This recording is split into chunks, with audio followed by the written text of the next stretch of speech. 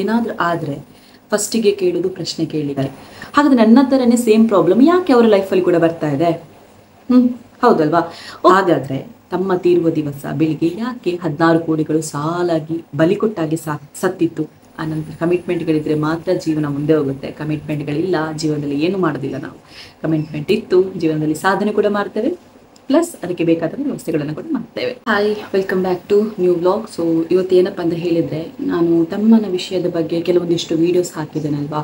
So ಮಾಟ ಮಂತ್ರ, ನನ್ನ ತಮ್ಮನ ಸಾವಿಗೆ ಕಾರಣ ಏನು, ಹಾಗೆ ಇಂಥ ತುಂಬ ವೀಡಿಯೋಸ್ ಎಲ್ಲ ಹಾಕಿದ್ದೆ, 2-3 ವೀಡಿಯೋ ಹಾಕಿದ್ದೆ. ಸೊ ತುಂಬ ಜನರದು ಕಮೆಂಟ್ ಈಗ ಬರ್ತಾ ಉಂಟು, ಅಂದರೆ ಆಗ ಕೂಡ ಬಂದಿದೆ. ಸೊ ನಾನು ಅಷ್ಟು ಇದು ಮಾಡ್ತಾ ಇರಲಿಲ್ಲ, ತಲೆಗೆ ತೆಕ್ಕೊಳ್ತಾ ಇರಲಿಲ್ಲ, ಈಗಲೂ ತಲೆಗೆ ತೆಕ್ಕೊಂಡಿಲ್ಲ. ಬಟ್ ಕೆಲವೊಂದು ಕಮೆಂಟ್ಗಳನ್ನು ನೋಡಿ ನನಗೆ ಕೆಲವೊಂದು ವಿಚಾರಗಳನ್ನು ಹೇಳಬೇಕು ಅಂತ ಆಯಿತು. ಸೊ ಅದಕ್ಕೋಸ್ಕರ ಇವತ್ತಿನ ವೀಡಿಯೋ ಮಾಡ್ತಾ ಇದ್ದೇನೆ. ಸೊ ಬನ್ನಿ, ಅದಕ್ಕೂ ಮುನ್ನ ಇವತ್ತಿನ ವೀಡಿಯೋ ಶುರು ಮಾಡೋಣ.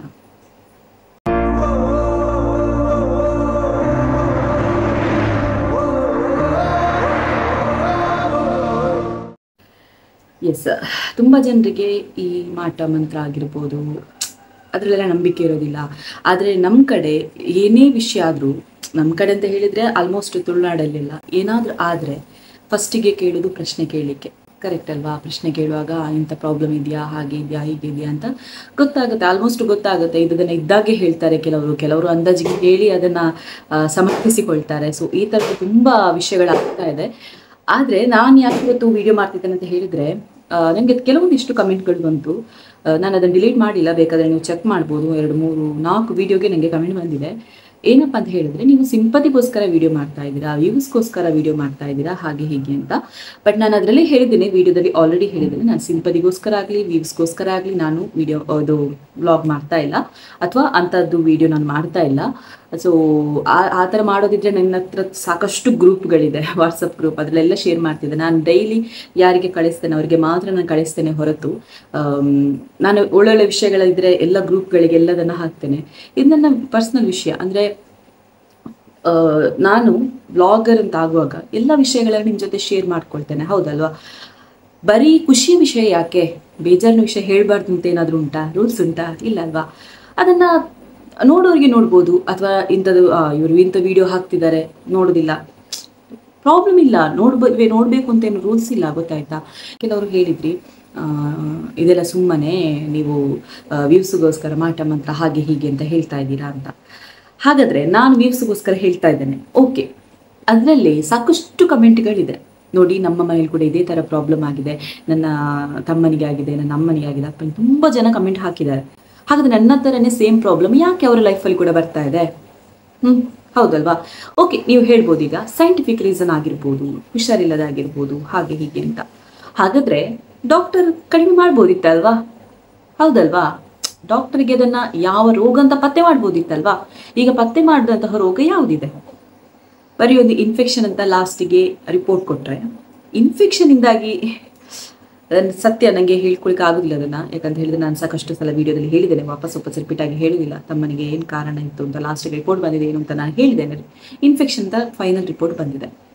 ಹಾಗಾದರೆ ತಮ್ಮ ತೀರುವ ದಿವಸ ಬೆಳಿಗ್ಗೆ ಯಾಕೆ 16 ಕೋಡಿಗಳು ಸಾಲಾಗಿ ಬಲಿ ಕೊಟ್ಟಾಗಿ ಸತ್ತಿತ್ತು? ಅದಕ್ಕಿಂತ ಮುಂಚೆ ನಾಯಿ, ಕೋಳಿ, ಬೆಕ್ಕು ಸಮೇತ ಸತ್ತಿದೆ, ಓಕೆನಾ? ಮತ್ತೊಂದು ಹೇಳ್ತಾರೆ, ನಮಗೆ ಮಾಡಿಟ್ಟದ್ದು ಇಲ್ಲೇ ಮನೆ ಎದುರು ಅಂತ. ಸೊ ಅಲ್ಲೇ ಒಂದು ನಾಯಿ ಸತ್ತು ಕುರಿದು ಬಿದ್ದಿತ್ತು, ನಮ್ಮ ನಾಯಿ. ಎಂಥ ಪ್ರಾಬ್ಲಮ್ ಇಲ್ಲ, ಹುಷಾರಿಲ್ಲ, ಅದರ ಏನಿಲ್ಲ. ನಾಯಿ ಬಂದು 2 ವರ್ಷ ಆಗಿರ್ಬೋದು ಅಷ್ಟೇ.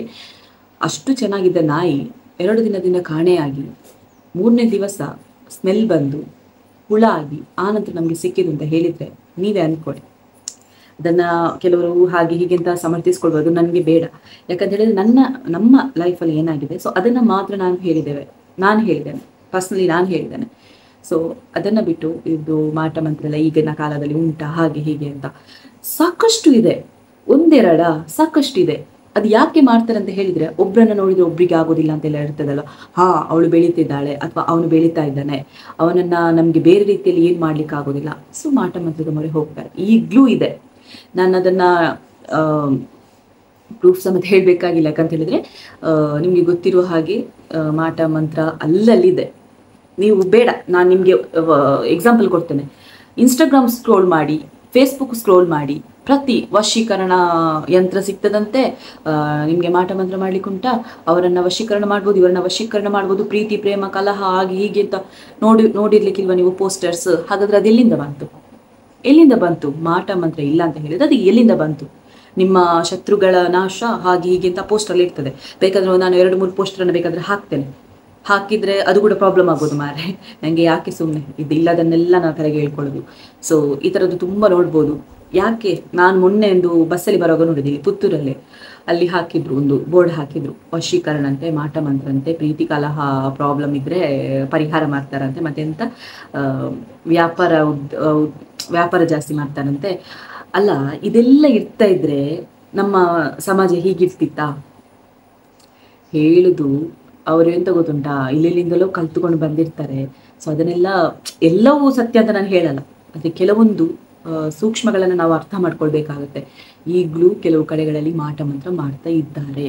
ಅದು ಯಾಕೆ ಮಾಡ್ತಾರೆ ಅಂತ ಹೇಳಿದ್ರೆ, ಯಾರೋ ಒಬ್ರು ಉದ್ಧಾರ ಆಗ್ತಾ ಇದ್ದಾರೆ ಅಂತ ಹೇಳಿದ್ರೆ ಅವರಿಗೆ ನೋಡ್ಲಿಕ್ಕೆ ಆಗೋದಿಲ್ಲ, ಅವರನ್ನ ಡೈರೆಕ್ಟಾಗಿ ಹೋಗಿ ಹೇಳಕ್ಕೂ ಆಗೋದಿಲ್ಲ. ಹಿಂದೆಂದೇನಾದ್ರೂ ಮಾಡಬೇಕು ಅಂತ ಹೇಳ್ತಾರೆ ನೋಡಿ, ಬೆನ್ನಿಗೆ ಚೂರಿ ಹಾಕೋರು ಅಂತ ಹೇಳ್ತಾರಲ್ಲ. ಸೊ ಅದಕ್ಕೆ ಲಾಸ್ಟಿಗೆ ಮೊರೆ ಹೋಗೋದೇ ಮಾಟ ಮಂತ್ರಕ್ಕೆ. ಅದೊಂದೇ ಅವ್ರಿಗೆ ಈಸಿ ಆಗೋದು. ಮತ್ತೇನು ಗೊತ್ತಾ, ಕೆಲವರು ಕುಟುಂಬಗಳಲ್ಲಿ ಮಾಟ ಮಂತ್ರ ಎಲ್ಲ ಮಾಡ್ತಾರಲ್ವಾ. ನನಗೆ ಗೊತ್ತಿರುವ ಹಾಗೆ, ನನಗೆ ಅದರ ಬಗ್ಗೆ ಅಷ್ಟು ಐಡಿಯಾ ಇಲ್ಲ, ನನಗೆ ಗೊತ್ತಿರುವ ಹಾಗೆ ಅವರು ಬಂದು ನಾವು ಕುಡಿದ ನೀರನ್ನು ಕುಡಿಯೋದಿಲ್ಲ, ನಾವಿದ್ದ ಸಾಲಲ್ಲಿ ನಿಲ್ಲುವುದಿಲ್ಲ, ಆ ಥರ ಎಲ್ಲ ತುಂಬ ಇರ್ತದಂತೆ.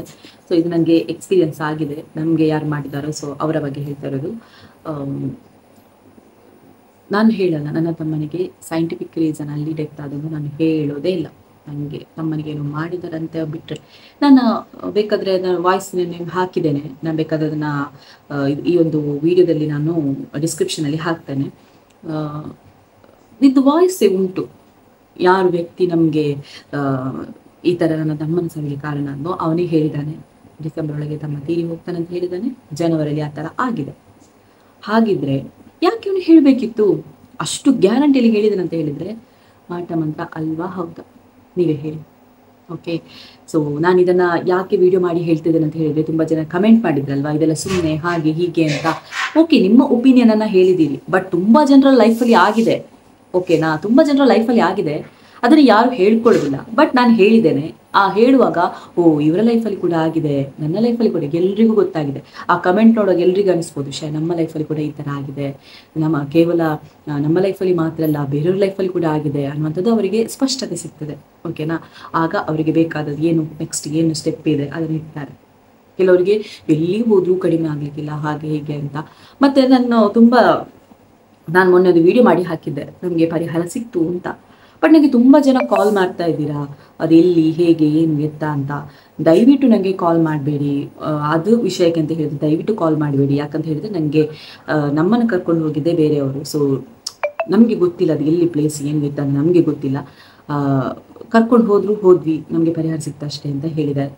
ಬಟ್ ನನಗೆ ಅದನ್ನು ಕಾಲ್ ಮಾಡಿ ನೀವು ಎಲ್ಲಿ ಪ್ಲೀಸ್ ದಯವಿಟ್ಟು ನನಗೆ ಹೇಳಿ ಅಂತ, ಯಾಕೆಂದರೆ ನನಗೆ ಅದನ್ನು ಹೇಳುವ ಹಾಗೆ ಇಲ್ಲ. ದಯವಿಟ್ಟು ಕ್ಷಮಿಸಿ. ತುಂಬ ಜನ ನನಗೆ ಕಾಲ್ ಮಾಡಿದ್ರು, ಒಂದು 50ಕ್ಕಿಂತ ಜಾಸ್ತಿ ಕಾಲ್ ಬಂದಿದೆ. ದಯವಿಟ್ಟು ನನಗೆ ಹೇಳಿ ಅಂತ ಕಮೆಂಟಲ್ಲಿ ನೋಡಿ ಸಾಕಷ್ಟು ಜನ ಹೇಳಿದ್ದಾರೆ. ದಯವಿಟ್ಟು ಕ್ಷಮಿಸಿ, ನನಗೆ ಎಲ್ಲಿ ಅಂತ ಗೊತ್ತಿಲ್ಲ, ಅದು ಕರೆಕ್ಟಾಗಿ ಎಕ್ಸಾಕ್ಟಾಗಿ ಗೊತ್ತಿಲ್ಲ. ನಮ್ಮನ್ನು ಕರ್ಕೊಂಡು ಹೋದರು, ನಾವು ಹೋದ್ವಿ. ಸೊ ಅದಕ್ಕೆ ಬೇಕಾದದೆಲ್ಲ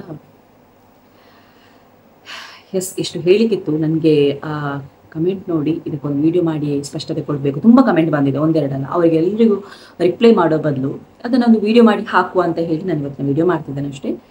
ಸೊ ಇಷ್ಟೇ ಹೇಳಿಕ್ಕಿದ್ದದು. ಮತ್ತೇನು, ಒಂದು ಕೆಲವು ಜನ ಹೇಳಿದರು ಏನಂತ ಹೇಳಿದರೆ, ಅದು ಕೂಡ ಹೇಳಬೇಕು.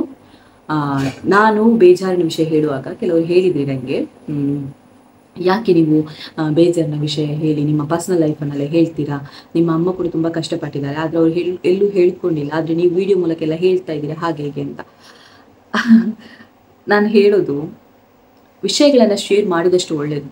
ಯಾಕಂದರೆ ತುಂಬ ಜನರ ಲೈಫಲ್ಲಿ ಆಗಿರ್ತದೆ, ನಾನು ಅದರಲ್ಲೇ ಆನ್ಸರ್ ಮಾಡಿದ್ದೇನೆ ನಿಮಗೆ. ತುಂಬ ಜನರ ಲೈಫಲ್ಲಿ ಆಗಿರ್ತದೆ. ಒಂದು ವೇಳೆ ನಿಮಗೆ ನೋಡಲಿಕ್ಕೆ ಇಷ್ಟ ಇಲ್ವಾ, ದಯವಿಟ್ಟು ನೋಡಬೇಡಿ. ನೀವು ನೋಡಿದ್ದೀರಿ ಅಂತ ಹೇಳಿದರೆ, ಈಗ ನಾನು ಏನೋ ಒಂದು ಮೊನ್ನೆ ಬೇಜಾರ ವಿಷಯ ನೀವು ವಿಡಿಯೋ ಮಾಡಬೇಡಿ ಅಂತ ಹೇಳಿದ್ರಲ್ಲ, ಸೊ ಅದನ್ನು ನೋಡಿದ್ದೀರಿ ಅಂತ ಆದರೆ ಹಾಗಾದರೆ ನಿಮಗೂ ಏನೋ ಟಚ್ ಆಗಿದೆ ಅಂತ ಅರ್ಥ ಅಲ್ವಾ. ಸೊ ಹಾಗಂತಲ್ಲ, ಅದನ್ನು ಹೇಗೆ ಹೇಳಬೇಕು ಅಂತ ನನಗೂ ಕೂಡ ಗೊತ್ತಾಗ್ತಿಲ್ಲ. ದಯವಿಟ್ಟು ನಾನು ಬೇಜಾರ ವಿಷಯ ಕೂಡ ಶೇರ್ ಮಾಡ್ಕೊಳ್ತೇನೆ, ನನ್ನ ಬ್ಲಾಗಲ್ಲಿ ಖುಷಿಯ ವಿಚಾರಗಳನ್ನು ಕೂಡ ಶೇರ್ ಮಾಡ್ಕೊಳ್ತೇನೆ. ಒಂದೇ ಲೈಫ್ ಯಾವಾಗಲೂ ಉಂಟಲ್ವಾ, ಹ್ಯಾಪಿಯೇ ಇರೋದಿಲ್ಲ, ಅದರಲ್ಲಿ ಸ್ಯಾಡ್ ಲೈಫ್ ಕೂಡ ಇರುತ್ತೆ, ಬೇಜಾರಿನ ವಿಷಯಗಳು ಕೂಡ ಇರುತ್ತೆ. ಅದು ಎರಡು ಸೇರಿದ್ರೆ ಮಾತ್ರ ಒಂದು ಜೀವನ ಅಂತ ಅರ್ಥ.